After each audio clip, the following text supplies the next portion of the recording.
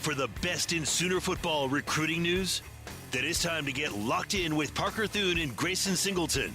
You better lock it up. No, you lock it up. You lock it up. Lock it up. Whether you're a recruiting doomer or sunshine pumper, text the guys on the First Liberty Bank text line at 405-651-3439. And call your shot on the Riverwind Casino jackpot line at 405-329-9000. Do it! Just do it! Now, with Locked In, here's Parker Thune and Grayson Singleton. It is go time on this Friday. One final show till Future Freaks weekend hits. Parker Thune, Grayson Singleton, here with you on Locked In, brought to you by Dorsey Jones GMC in El Reno. Dorsey Jones, family-owned and operated. Many of their employees have been with the company for 20-plus years, and they are eager to assist you before, during, and after the buying process.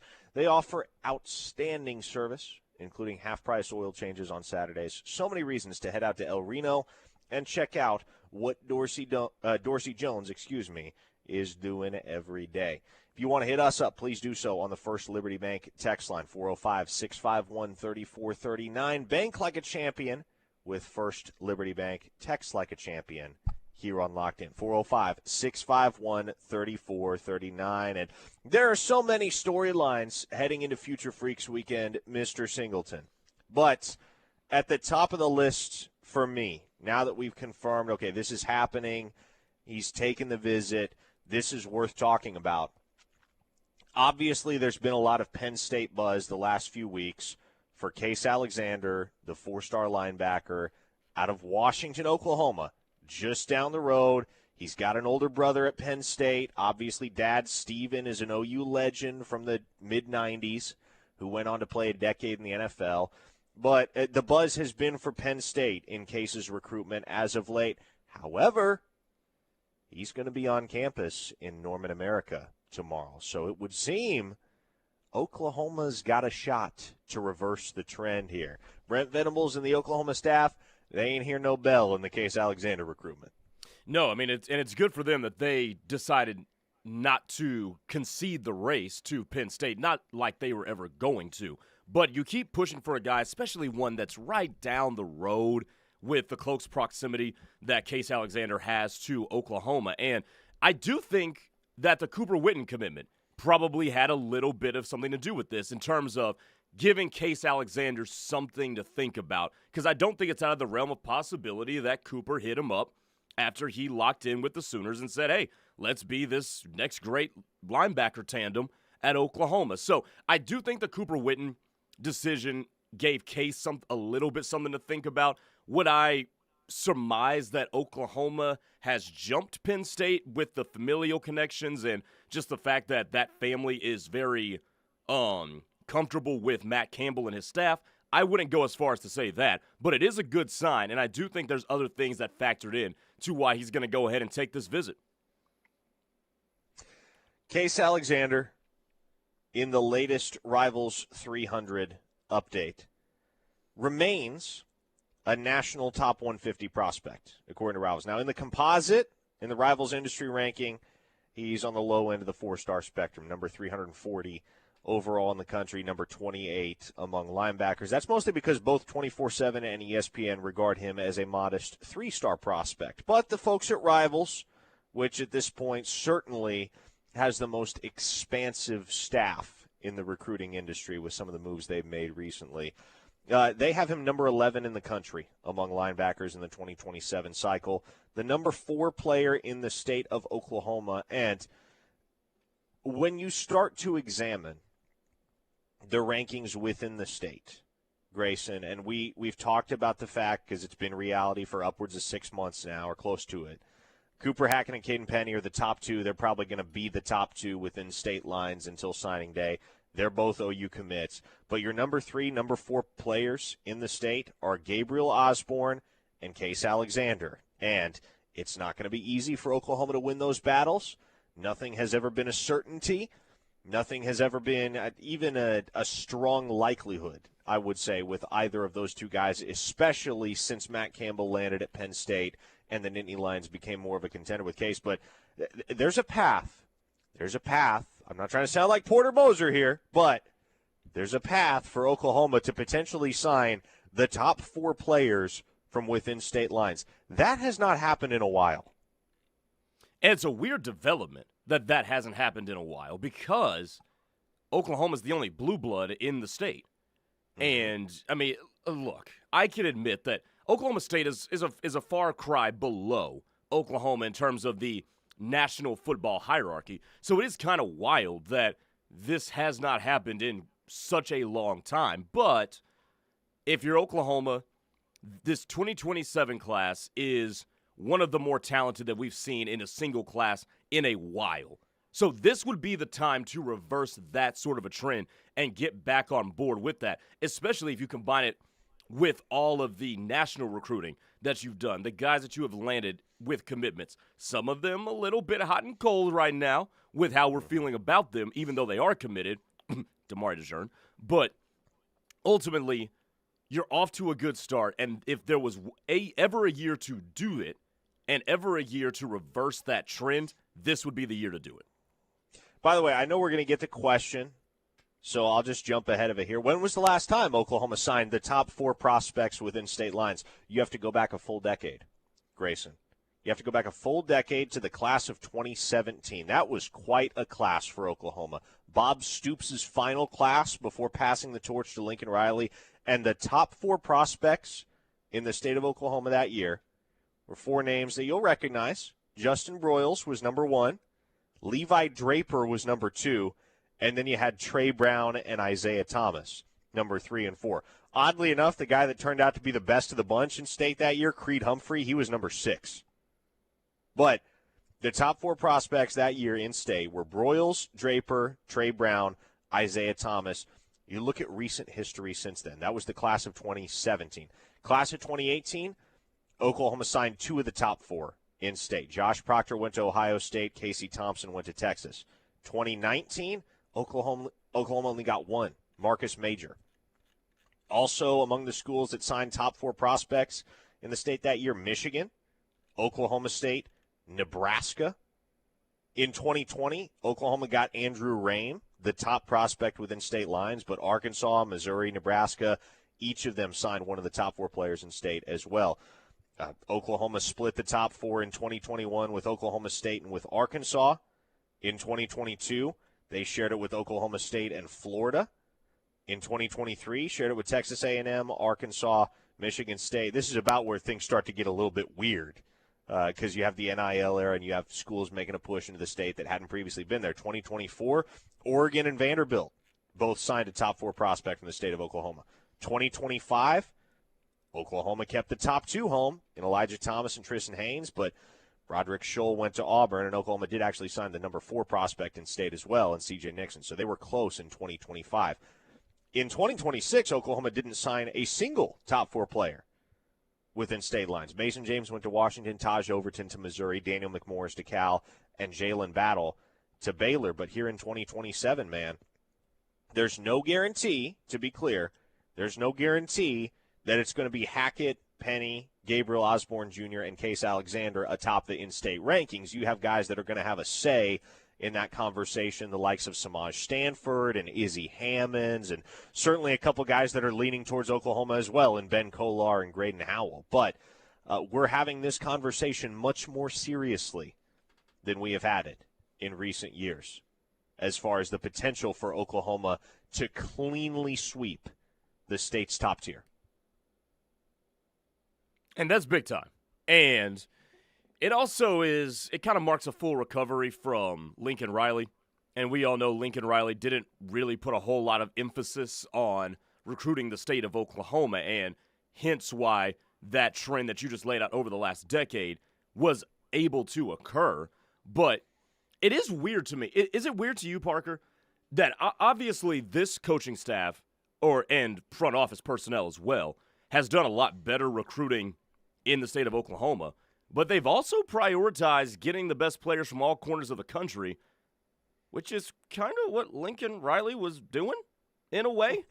Well, they kind of have married the two a little bit, if you see what I'm saying. Yeah, no doubt, and I think that's where the that's where the real victory is for this staff, and being able to marry landing the top players within state lines, but also not sacrificing the pursuit of potentially better prospects elsewhere just to take an in-state kid because he's an in-state kid. For instance, when Taj Overton took the official visit to Oklahoma last year, and it became apparent in the aftermath that things were still tight between OU and Oklahoma State. And obviously he wound up signing at Missouri, but Oklahoma weren't going to fight tooth and nail to keep Taj Overton away from Oklahoma State. Their feeling on it was, okay, this is a good player. Certainly this is a player that we would take. This is not a player that we're going to go tumbling head over heels to try and bring to Norman. If he wants to go to Oklahoma State, we will go find somebody that is just as good that wants to be a Sooner. And they did so. They got Brian Harris from the state of Florida. They got Tank Carrington from the state of California. And so it's not just about having good in-state players. It's about being able to strike the happy medium between landing the in-state players that you feel are certifiably good enough to make an impact in the Sooner uniform, while also being able to maintain adequate focus on the rest of the country such that you're not getting too dialed in on your home turf and you start taking guys just because they're Okies. For instance, we've talked about this, Grayson. This is a kid that I would offer. This is a kid that I would push for, especially if Case Alexander winds up going to Penn State, but Oklahoma hasn't offered Izzy Hammonds, you know? Who I will see. I'll see him tonight, by the way. Oh, really? Yeah, I'm calling Choctaw's area game against Edmond North tonight, and he's on the basketball team. Nice. I'll see him. I'll see Titus Hawk as well. That's true. They're both on the same squad. Mm-hmm. Yeah, and Hawk and Hammonds are two guys. Oklahoma did offer Hawk. There just hasn't been a lot of traction there, and they haven't offered Hammonds at all. I mean, right now, number 5 player within state lines. He's a top 150 prospect according to Rivals, but an omission like that lends credence to the notion that Oklahoma is being intentional about making their own evaluations. They're not just spinning through the national rankings and offering every kid that's a blue chipper in the state of Oklahoma. No, it all has to make sense within the context of the current construction of Oklahoma's 2027 class. Obviously, there always was going to be a spot, and there always would be a spot for a guy like Cooper Hackett or a guy like Caden Penny. There's always going to be a spot for Gabriel Osborne, and I think with Hammonds, honestly, the main holdup might just be the fact that they need a resolution on Alexander. They need to figure out where he's going, because we haven't even talked about this either. It may very well be the case that there's another top 4 player in the state of Oklahoma by the end of the cycle that doesn't currently play high school football in the state of Oklahoma. And if you don't immediately catch my drift, I think there's a very solid chance Cooper Witten does wind up playing his senior year of high school in the state of Oklahoma. I know he's at Argyle still, or at Liberty Christian in Argyle still for this spring.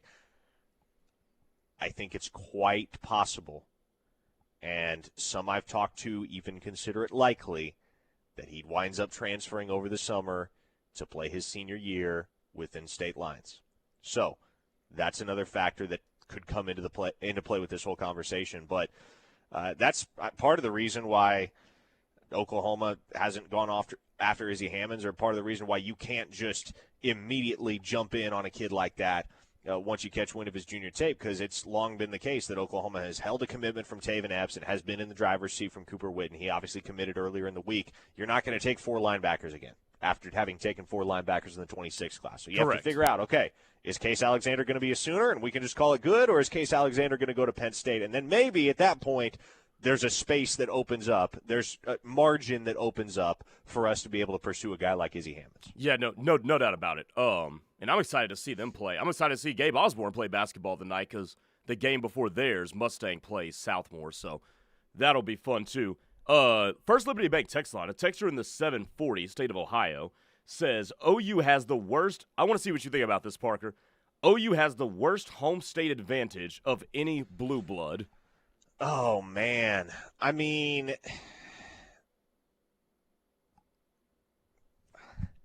what's the competition there? Like Alabama, Michigan, yes. Ohio State. Yep.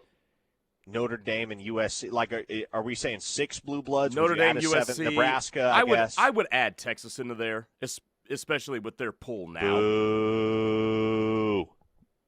Boo this man. Just wait. 30 seconds from now, the text line is going to be after you, as they should. Texas is not a blue blood. Toby Rowland doesn't think so either. There's a lot of people that – I think there's more people around the industry that consider Texas a blue blood than not. Regardless, the teams that are certifiably blue bloods are Alabama, Michigan, Notre Dame, Ohio State, and USC, in addition to Oklahoma. I would say there's 6. I would throw Nebraska into that conversation just because they've done enough historically. I know they haven't been good over the last quarter century, but they've done enough historically that they're in that tier. So, I mean, based on data, if we're looking at empirical evidence, I mean, I'd have to agree with that texter from Ohio. Mm-hmm. I mean, generally speaking, those other schools are very, very good about locking down their own backyards. I mean, Nebraska is an interesting case because there's not a whole lot of blue chip talent that comes out of the state of Nebraska generally. Right. But, I mean, you look at the 2027 cycle, for instance, though, they do have one kid, Torrey Pittman Jr., and Trey Taylor is an implant or a transplant at this point. He plays high school football in the state of Nebraska now, but he is from the Chicago area, just moved in the last couple months. But the one kind of homegrown blue chipper that the state of Nebraska has in the 27 cycle is Torrey Pittman, the safety at Omaha Central High. And guess what? He's committed to Nebraska. So when there is a player that's good enough to get the scholarship within the Cornhusker State, generally that staff and that program are good about keeping them home. And a lot of those kids have grown up wanting to wear the scarlet and cream in Nebraska. But, yeah, I would say maybe Notre Dame is the only school that I might raise an argument for in that conversation, just because that's also just Notre Dame's philosophy, though. Like, they recruit from everywhere because they can recruit from everywhere. It may very well be the case that they have the most distinct, recognizable brand in all of college football. So you will see Notre Dame planting their flag all over the country, geographically speaking, to land big-time talent, because they can do that. They don't need to focus on the state of Indiana as much. But, yeah, certainly Oklahoma's roots within their home state over the last decade they haven't been as deep, haven't been as strong as many would have liked them to be, but I think it says a lot about Jim Nagy and this Oklahoma front office that here in the 27 cycle, when everybody knows this is as deep a class as the state has seen in quite some time, the Sooners are right there at the forefront for the vast majority of the elite talent from the Sooner State. Okay, folks, we are just getting started here on Locked In. 405-651-3439. The Sooners are going to get their shot at Case Alexander this weekend at Future Freaks. There are several other prospects, though, due for visits that we haven't really gotten the chance to dig into yet. It's Film Study Friday, and so coming up next, want to break down the tape of one particular player from the state of Arizona that's going to be making his first trip to Oklahoma this weekend. Keep it here on Locked In, the home of Sooner fans. We'll be right back. Locked In is brought to you every day by Dorsey Jones GMC in El Reno. Dorsey Jones GMC is family-owned and operated with a knowledgeable, low-pressure sales staff here to help you through the buying process and half-price oil changes on Saturdays. Visit dorsey-jonesgmc.com for more information. For the professional, it's not enough to just possess knowledge. That's why at GMC, we seek to refine it, to wield its power, to redefine its boundaries, while pushing the limits. And we put this knowledge to the test in every GMC Sierra by engineering each one to outperform your expectations. So you know you're getting precision and durability when you need it most. And that's what makes the GMC Sierra the truck worth knowing. We are professional grade. See your Oklahoma GMC dealers. Whoa, that's the new work ride? Yep, can go 400 miles on a charge with this baby. Speaking of charge, I should plug it in. Are you sure that's safe? I can see bare wires. Oh yeah, nothing to worry about. I put this charger in myself. Ugh, I'm calling Norman Air. The AC guys? Yeah, they do electrical too. Visit normanair.com for all your heating, air, plumbing, and electrical needs. Norman Air, service to the max. No matter who you are or what your background, we here at Big Tobacco want you to know that we will never discriminate against any age, ethnicity, or gender. You can trust that we will tell you whatever lie is needed to convince you to try smoking. Our messaging will always think of you first. Lying to you. Right where you are. Because you are our number one customer. Big Tobacco wakes up every day ready to get you hooked. Help fight the lies at tobaccostopswithme.com. A program of T-Set. This is Jake Aldrich, partner at Aldrich Teasdale. At Aldrich Teasdale, we worked for the world's largest insurance companies before we learned how they truly treat people and know that they are out to minimize or deny what has happened to you. When fighting them, you need a lawyer who knows their game plan and will be there to guide you every step of the way. From your medical treatment to the final resolution, Aldrich Teasdale will be by your side. Don't wait. Call Aldrich Teasdale today at 405-447-HURT. That's 405-447-4878.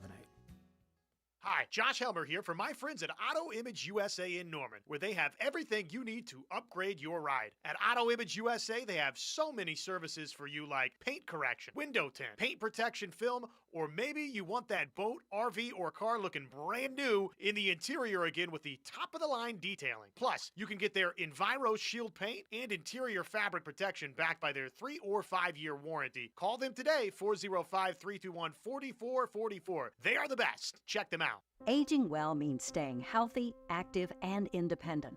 To age well, we need to take care of our bones.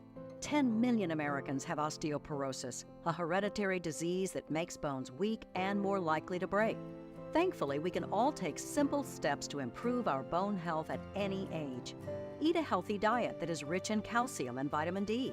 Get regular weight-bearing exercise, which means on our feet. Get bone health tips at pathtogoodbonehealth.org. Stand Up to Cancer asked leading cancer researchers to speak about why they do their work. 2 words come to mind for me. One is responsibility, the other is purpose. It's just so inspiring to do research that impacts human lives. Stand Up to Cancer has been a critical partner in advancing research for cancer. Cancer research saves lives. So please, help us fight in this battle against cancer. Be a part of the team that ends cancer at standuptocancer.org.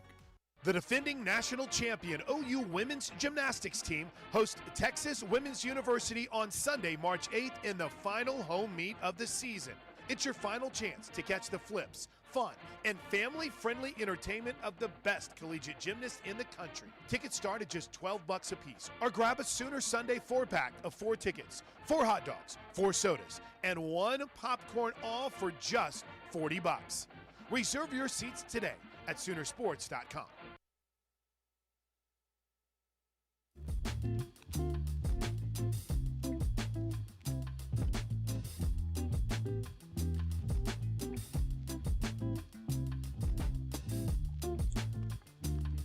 I'm sure you saw this earlier, Grayson. I know there were a lot of folks around these parts that did. But Ryan Roberts of A to Z Sports NFL put out on Twitter.com, the Twitter machine, as Steely would call it, that he received an early text from a scout regarding the possibility that Oklahoma could have 3 first-round picks on the defensive line next year in Jaden Jackson, David Stone, and Taylor Wine. Now, I'll be honest. I love Jaden Jackson and David Stone and Taylor Wine as much as the next guy. That feels a little bit rosy to me. I don't know that all 3 of those guys are going to be first-rounders a year from now. And obviously, Oklahoma would love it if all 3 of those guys were coming back in 2027 as opposed to jumping to the NFL at the conclusion of the 2026 season, because none of them are set to graduate after the coming year. But what a world that would be, man, and what a recruiting tool that would be if Oklahoma were to produce, let's say, even 2. If 3 is, that feels like a little bit of a pipe dream. But 2 is more realistic. Let's say Oklahoma had 2 defensive linemen from the very same roster that jumped to the NFL early with eligibility remaining and were first-round draft picks. At that point, oh boy, some of the best defensive line talent in America is no doubt going to be flocking to Norman in the next couple of recruiting cycles to come. And wasn't this Miguel Chavis's first job? It was. I mean, He worked as an off-field assistant at Clemson. He was in some type of analyst role. I can't remember what exactly his role was. But, yeah, his very first on-field coaching job, not just in the P4, but at the collegiate level, period, was as defensive ends coach at the University of Oklahoma. And that was the first hire Brent Venables made. And you could potentially turn our Mason Thomas into a first-round pick and potentially Taylor Wine into a first-round pick for a dude that was just green when he got these dudes. That's impressive. And keep in mind here, there's a huge variable in the equation there that has not really been quantified yet, and that is the PJ Adebawore variable.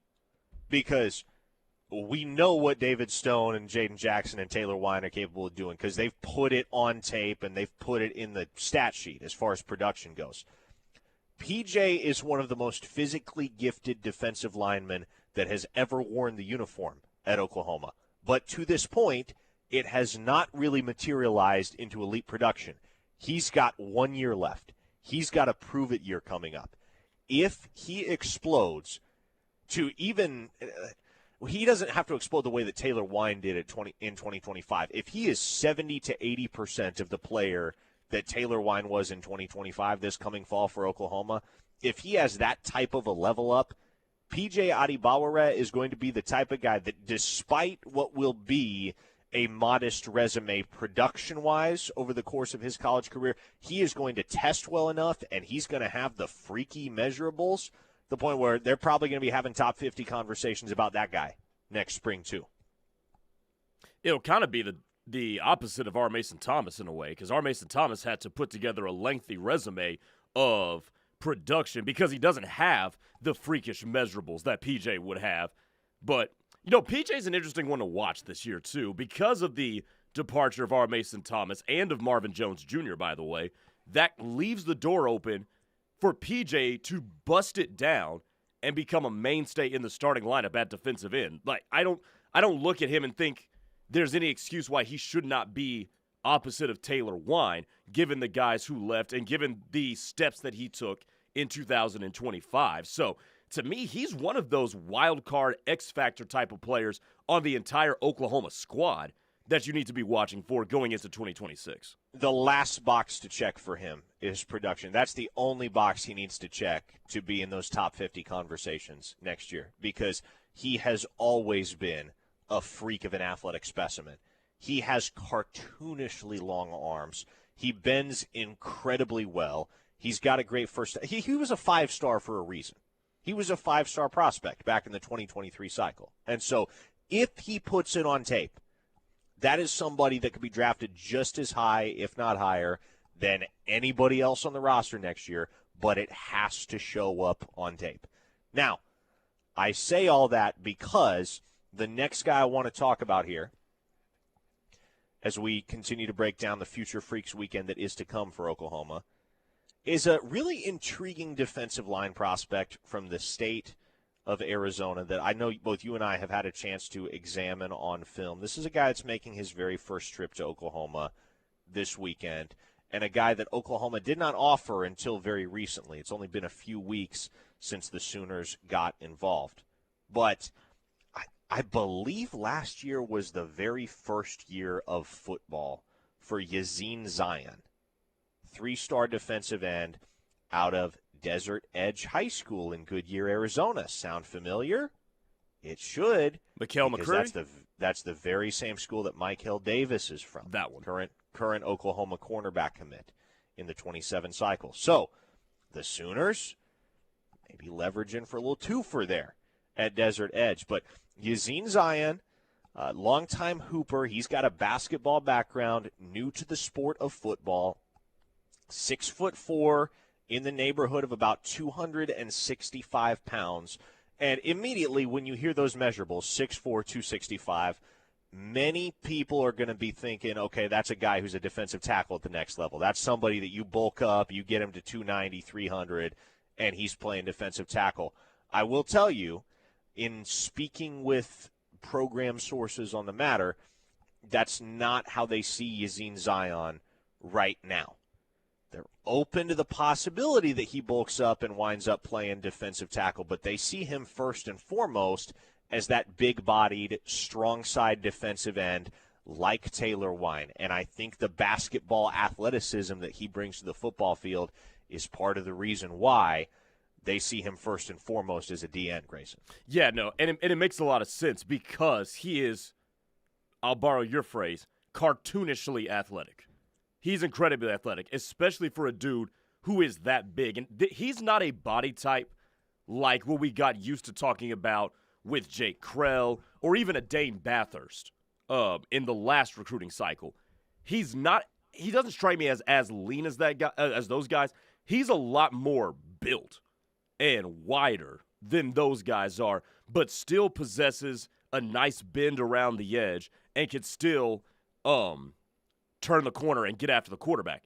The interesting thing to me, and watching his film, I did ask you in the break to rip away the fourth wall, is the way he moves when he's playing the run. Because he moves laterally, gap to gap, very well. He's very good in gap control defense in terms of maintaining his discipline there. So he possesses a lot of the athleticism that you want in a defensive end, yes, but he has some of the movement and the instincts of a D tackle as well, which is why I'm glad that Oklahoma is going to keep their minds open toward him bulking up and playing DT, because he looks like a guy that could slide inside and play very well, but he is a nice have at defensive end if you're going to get him. I like this kid, man. This kid would be a take for me if he wanted to commit this weekend. And I don't know that they're expecting that. I don't know that anybody on the Oklahoma end is feeling like, oh, yeah, we got a shot to close the deal with Yazine Zion this weekend. To pull that off in one visit is asking a lot, especially at this stage in the process with a guy like that. But I will say, when you look at him on tape, he is somebody for whom you can see immense potential with the understanding that he is new to the sport. And you can tell he's new to the sport. He plays a little bit high. Yep. Still kind of, you get the sense he's still trying to figure out, still trying to get his bearings out there to a certain extent. He's mostly playing see-ball, get-ball football. And, he gets matched up against a stronger offensive lineman. Sometimes he gets knocked back a bit. That's okay. You can coach that out of a guy, right? You can get him more flexible. You can get him that lower center of gravity such that he's not getting blown off the ball by a strong offensive lineman when he fires off a little too high. And so you adjust the pad level, and that's something that Miguel Chavis is certainly capable of coaching a guy up with. You give him that seasoning, you give him that polish for a couple seasons at Oklahoma. This could be a dude that's making serious noise in the SEC down the line. So this will be somebody that if you're not familiar with the name yet, you're going to want to get familiar with the name going into Future Freaks weekend, because I think this is an exciting football player and somebody that with where things stand for Oklahoma right now in the defensive end picture, I mean, they would not be opposed to taking his commitment if he wanted to slide to Oklahoma pretty quick here. Now, the thing that's going to be potentially tough to manage there and tough to balance is what if this kid wants to come? What if he does want to be a Sooner? And then at that point, you have to say no to Matthew Nelson's younger brother, Sam, who's scheduled for an Oklahoma official visit in June. And now we've talked about the fact that Arkansas is a very real consideration for Sam Nelson. And it's no sure thing that Oklahoma's going to get him anyway. But I don't anticipate right now, Grayson, that Oklahoma's going to take more than 2 defensive ends in this cycle. Just knowing where they are depth-wise and how good they feel about some of the youngsters in that room, I don't get the sense that Oklahoma is going to be all too eager to reserve more than 2 spots in the class for edge talent. One of them is already accounted for, obviously, with Crew Jones in the fold. Yeah, no, I agree. Especially with, at the end of the cycle, you flipping Dane Bathurst and then selling him on being a defensive end as well instead of an off-ball linebacker like he was in high school. So I do not think that there is a need to take any more than 2, maybe 3 defensive ends, but likely 2 for this 2027 class. Maybe a year ahead, you might do that again. But for 2027, I agree. The numbers don't work out to where you need to take more than 2. The producer on the First Liberty Bank text line asks, how do the coaches deliver an offer that is not, quote-unquote, a take? Like, we like you, but we like others more. How does that conversation go? Well, obviously, you're never presenting it that way up front, producer. You're never telling a kid, yeah, you got an offer, but it's contingent upon this and this and this and this with such and such other guys on our board. You're just extending the offer, and you're operating under the assumption, the safe assumption in 99% of cases, that the kid isn't going to try to commit to your school right then and there. And so what you're anticipating happening, if you work on that side of things and you're in those offices, is you're anticipating offering the kid, scheduling him for an unofficial visit to campus, being able to get a better feel for who he is as a person, his family situation, and, you know, kind of color in, or I guess like fill in, connect the dots, fill in between the lines, and just get a better sense on the visit of what you're dealing with a kid like this. Very few schools are going to take a commitment from a kid they've never physically seen before. It happens at times, but it's not the norm. And so you don't deliver an offer that's not a quote-unquote committable offer. You present every offer within reason pretty much the exact same. It's just when you get to the point where there's a kid that wants to commit, or you're feeling like, okay, by the end of this visit, this kid's probably going to want to turn in his chip, then obviously there's some more intentional conversation that has to happen amongst the staff as to whether we're going to accept this kid, no questions asked, and we're going to give him a spot in the class, or maybe we want to try to slow things down a little bit because there's this other guy at the same position that we're in a good spot for and we like him a little bit more. Like, there's a lot of nuance to it, and that's why the folks in those offices get paid as much as they do to navigate all those types of situations. But the other thing that you have to keep in mind these days, too, is there are always negotiations that are occurring, in most cases prior to a commitment as well. As maybe you're not putting pen to paper on any contracts,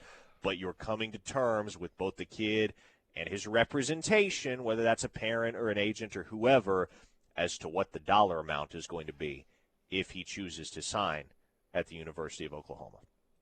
All right, we got a lot to cover in the final segment and plenty of your texts to hit on the First Liberty Bank text line. So we'll hit our final break of the final show this week on Locked In. One more segment to come. Keep it here with us on The Ref, the home of Sooner fans. We'll be right back. The Ref is once again your home for chaos. Hey, Sooner fans, this is Jaron Kanik, and you're listening to The Ref, the home of Sooner fans. The Ref is once again your home for chaos. Every game-changing hit. Long fly ball to left. Track. Wall. Gone. Every strikeout. Got him. Swing it. Every defensive gem. He caught it. He caught it. Every game. All year. And you can unhitch the wagon. The Ref has you covered. Catch Sooner Baseball against Santa Clara Thursday and Friday at 6:30, Saturday at 2, and Sunday at 1 on the Ref and the K-Ref app. A happy place comes in many colors. One that leaves you feeling refreshed. Something that gets you all fired up. Or gives you the space to chill. Whatever your color, bring happiness home with CertaPro Painters and make your happy place your home. CertaPro Painters. That's painting happy. Get started today at CertaPro.com. Each CertaPro Painters business is independently owned and operated. Contractor license and registration information is available at CertaPro.com. Fowler Automotive is proud to be a part of your community, where our passion and values lie far beyond the showroom. We believe that families, sports, art, and culture are at the heart of every thriving community, and it's important to us that we help build the communities that our dealerships call home. Stop by any of our 6 Oklahoma dealerships to see the Fowler Standard hard at work. We pride ourselves on being friendly, helpful, honest, and fair. This is what drives us every day. Fowler Automotive, a proud partner of OU Athletics. The Oaks at Mustang is now leasing. Conveniently located on County Line Road and the Turnpike in Mustang, The Oaks has spacious 1 and 2 bedroom apartments with large walk-in closets, package lockers, and even a sparkling pool. The Oaks is leasing now, so you don't want to wait. Contact The Oaks in Mustang on their website at theoaksatmustang.com or call 405-927-2566 to be where everyone will want to be. 405-927-2566 or online, theoaksinmustang.com. Hey guys, it's Dory Noka. Have you been involved in an auto accident? If so, it's time to contact the OKC Car Crash Clinic of Dr. Martin Lopez. He's a board-certified and fellowship MD with unparalleled training and experience. Dr. Lopez works with a great team of healthcare professionals and attorneys to help you achieve the best physical and financial recovery. Contact Dr. Lopez at 405-86-CRASH or at okccrash.com. Don't forget to listen every week to the Dory Noka Show for the Impact Player of the Game, brought to you by Dr. Martin Lopez. Come one, come all to the 2026 Common Grounds Coffee Festival benefiting Rose Rock Habitat. Join us March 7th from 9 a.m. to 4 p.m. at the newly renovated Cleveland County Fairgrounds. Check out our great vendors, explore local artists, grab lunch from one of our partner food trucks, and let the music fill your ears with this year's great lineup of performers. And this year's raffle prizes, wow. Tickets are just $10 purchased online, in-store, or at the event. Be one of the first 500 people the day of and receive a mug and reusable bag. Visit roserockhabitat.org/coffee to learn more. Coach Stoops here for Van Hoos Fence. If you want to work with the best local fence company and get championship service, contact my friend Mark and the Van Hoos Fence team. Van Hoos Fence gives each customer the most professional craftsmanship and competitive pricing in Oklahoma. From wood to chain link to vinyl to metal fences, the Van Hoos Fence team does it all. Contact the Fencing All-Americans at Van Hoos Fence, 405-735-1167 or vhfence.com. How do you give hope to a child in the foster care system? It starts with your heart. That tug you feel on yours when you hear that children are waiting for a stable, loving voice to speak up for their best interests. And then it becomes your time. What started out as a feeling that maybe you could make a difference becomes the difference. Change a child's story. There is a child waiting for a volunteer like you. Contact South Central CASA at 405-360-5295.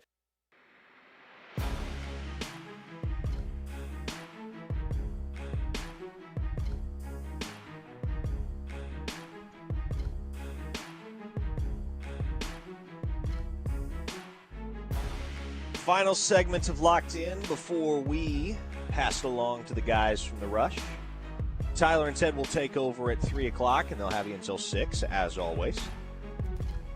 You got any texts, any groundbreaking opinions, questions to send our way via the First Liberty Bank text line, please do so, 405-651-3439. Blake from Owasso brought it up, and I was going to bring it up as well. LeBron Bauer, man, the bonus edition to Oklahoma's class, the 1 February signee, man, that dude has been all over social media of late, doing his part on behalf of his school.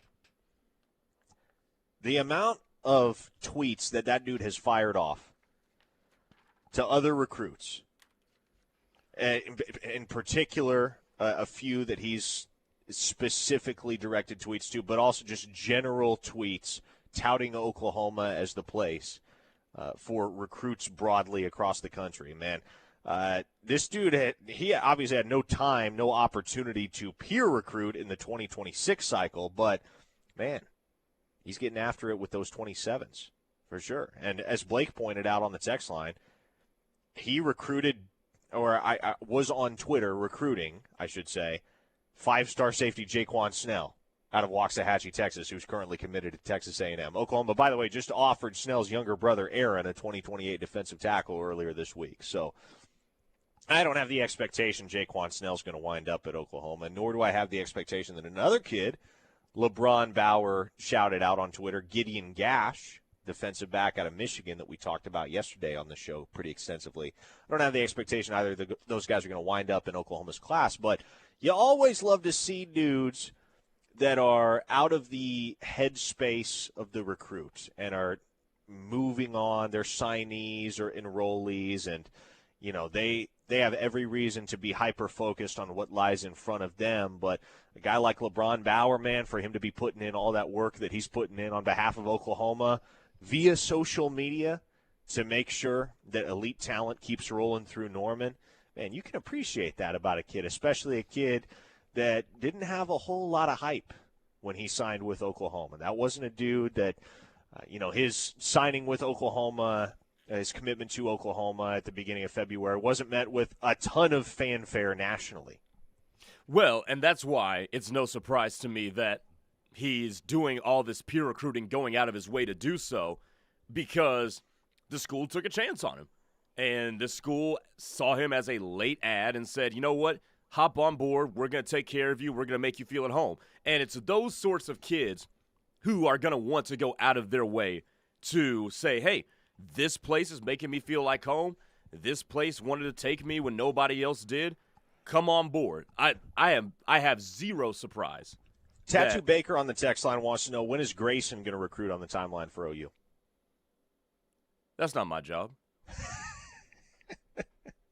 I do other things with my timeline.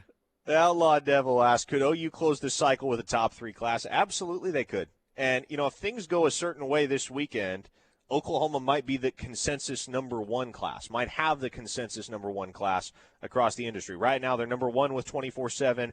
They're number 2 with Rivals. Let me ask you this, Grayson. Steely and I asked Brandon Drum last hour who he would bet on if he had to pick one kid to commit from this weekend, who he thought was the absolute safest bet to commit this weekend. His answer was Tyson Ross. I want to ask you a little bit of a different question. Okay. Because there are obviously countless high-profile visitors and highly regarded visitors that are going to be in town this weekend with the Sooners. If you could pick one player and guarantee that they commit this weekend, if you could guarantee one player of your choice commits to Oklahoma this is easy. This weekend, yeah, you put yourself in Brent Venables' shoes. If you can guarantee one commit, who you got a red eye on? Jamison Roberts. This quarterback thing needs to be over and done with. I mean, you already shot your shot with one, thought it was going to go your way, and then it didn't. And now you've been in the lead for a while with Jamison Roberts. We've seen some late stuff on Florida, seen some late stuff on another place too, but I mean, you've occupied the driver's seat in the recruitment of Jamison Roberts, and plus you got to look at where you are on the calendar as well. This is a little bit late. I mean, I know Bo Bentley didn't come around until a little bit later in the 2026 cycle, but this is a little bit late to have to pivot once again and find another quarterback. So Jamison Roberts would be my pick for, if I could pick one to lock it down this weekend, it would be him, just because this thing needs to be over with. Hey, let us know on the First Liberty Bank text line, 405-651-3439. Who would you pick if you could guarantee one commit this weekend? One commit of your choice, who is it?